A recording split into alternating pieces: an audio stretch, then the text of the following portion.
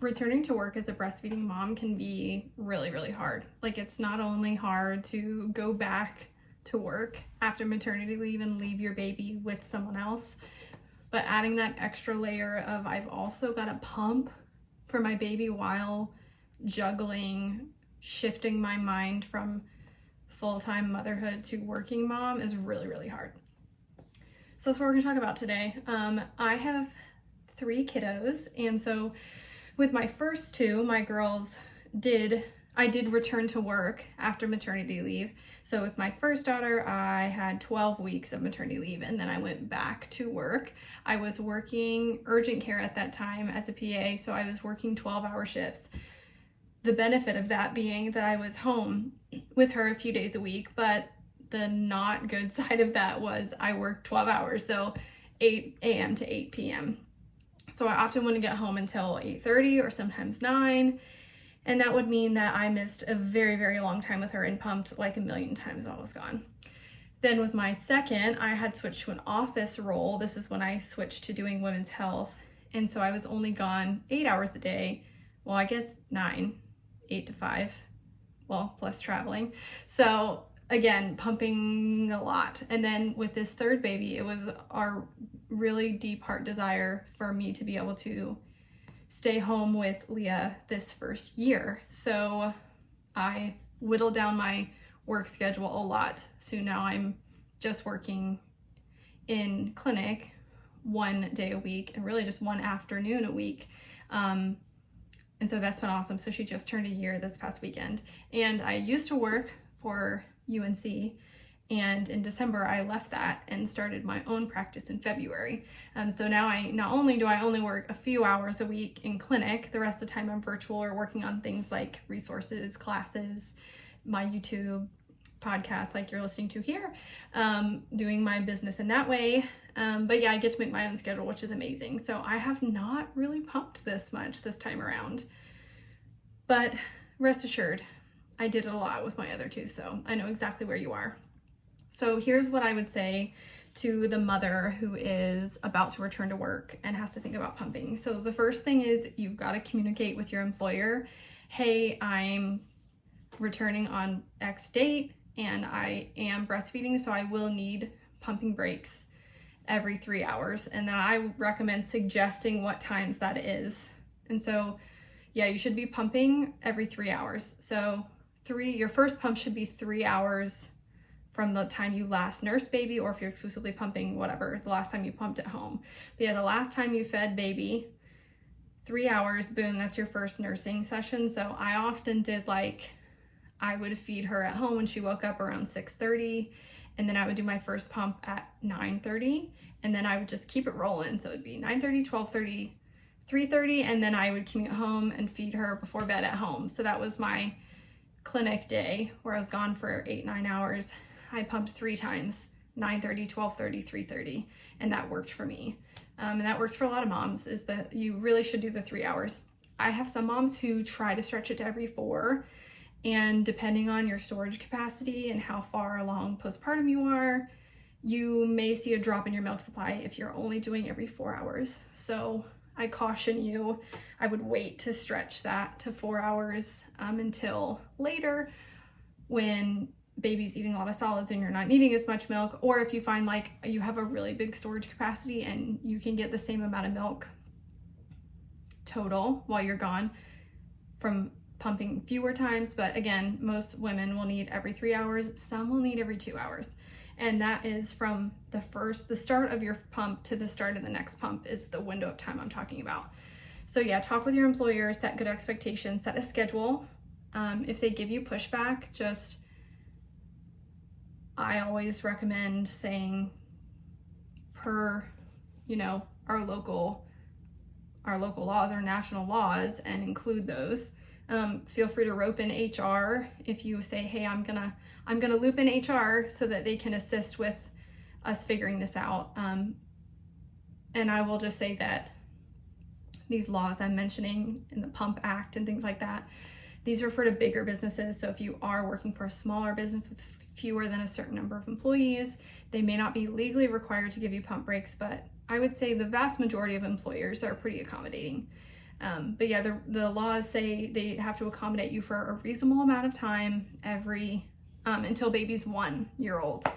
So yeah, I would say every 3 hours, 30 minutes, block it off. Try your best not to work during the pumping time. That can just make it hard for you to actually relax and get the hormonal flow going for you to get the most milk output. If you're just like stress typing on your computer or making phone calls or whatever while you're pumping, it can sometimes decrease your output over time. So yeah, set a good schedule, good expectations, lean on your local laws of your business or the state or the country where you live, and then your rope in human resources if you have to. And don't feel guilty. That's the second thing I'll say, is a lot of working moms are really bought into the work that they do in their career, and they don't want to be viewed as a lazy employee trying to just like use pumping as an excuse to take a break. It's not an excuse. Treat it like the bodily function that it is. Like literally, if you don't remove milk frequently, you're gonna get clogged ducts, you could get mastitis, it's very uncomfortable. We won't be able to pump the amount of milk your baby needs to thrive and live. And over time, if you're not removing milk as you need to be, your supply will decrease. So like, you're taking care of you and your baby. So don't feel guilty. This is a short season of motherhood. I hope that your employer is rational with that. There are fields where it's just not possible to take 30 minutes every 3 hours. I'm thinking of healthcare people, like working in the hospital. It can be really hard, especially high acuity areas like the ICU or the ER. I've worked alongside nurses and providers who are just like, I just like cannot, like my patients are needing things. Those are the fields that I would say you could certainly lean on a wearable pump if you had to. Like if it's like, I have to use a wearable pump or I'm not going to pump at all, definitely do the wearable. But for everyone else, really to maintain a strong supply, most women need to use that double electric hospital grade pump like a Spectra. I would also loop like Baby Buddha and pumpables in that category of primary pumps, or the ones used to maintain supply. The wearables are really just for occasional use or in a pinch. Again, if you're like, I literally cannot leave to pump, at least throw a wearable on. That's better than nothing. Just know that they may not empty you as well. The flange may not fit as well. So I see women come in with issues like nipple trauma or clogged ducts from their wearables. So we just use those with caution, but remember that's an option.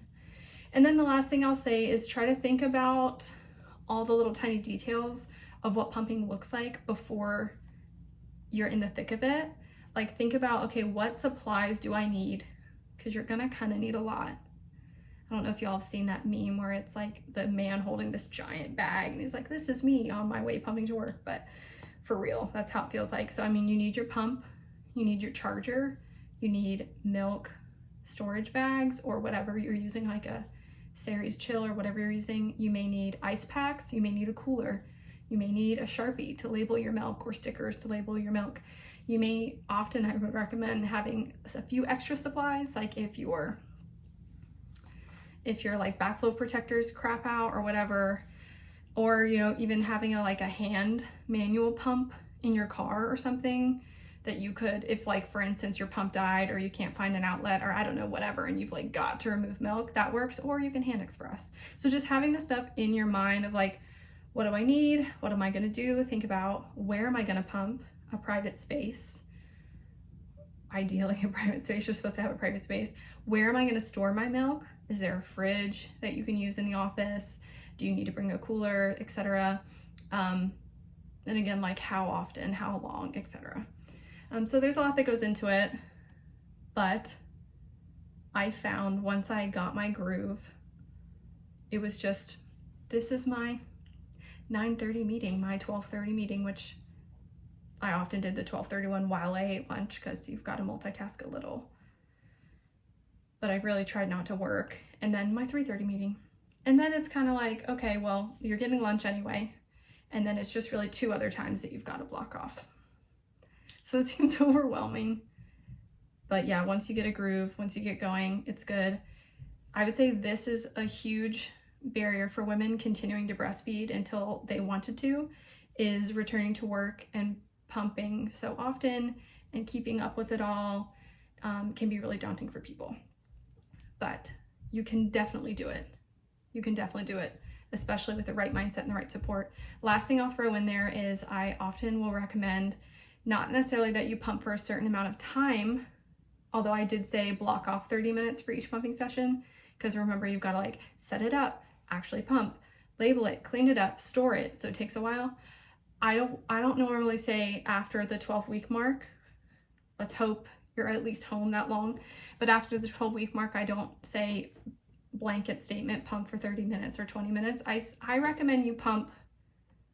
I recommend that the mothers that I see in my practice, I recommend that you pump the amount of milk that you need to send with baby to wherever they're going with their caregiver.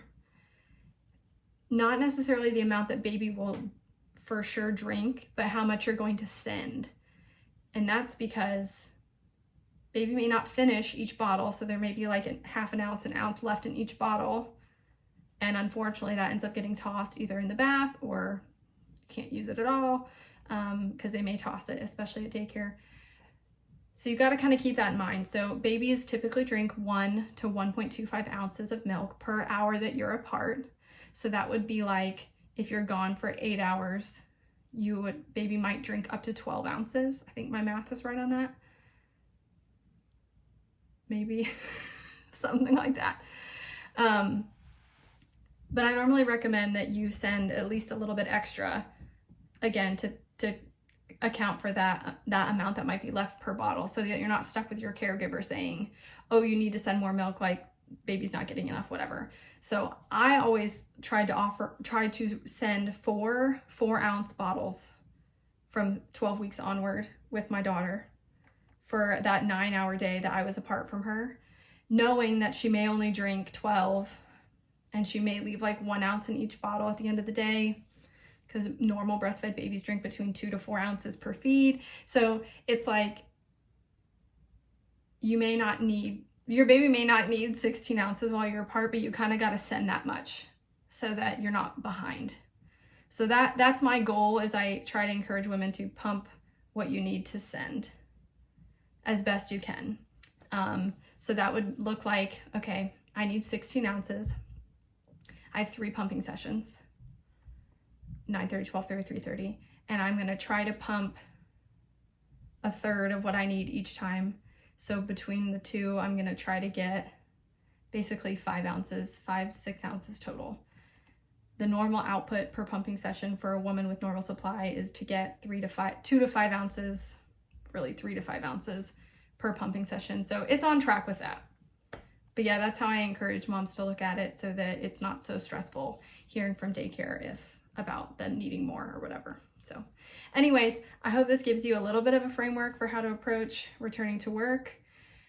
I have a returning to work bundle of like a pumping plan and a pumping checklist and caregiver instructions all bundled together in a little PDF for moms in your situation. It right now is inside my big breastfeeding blueprint, which is like all the resources that I've written for that first year of life.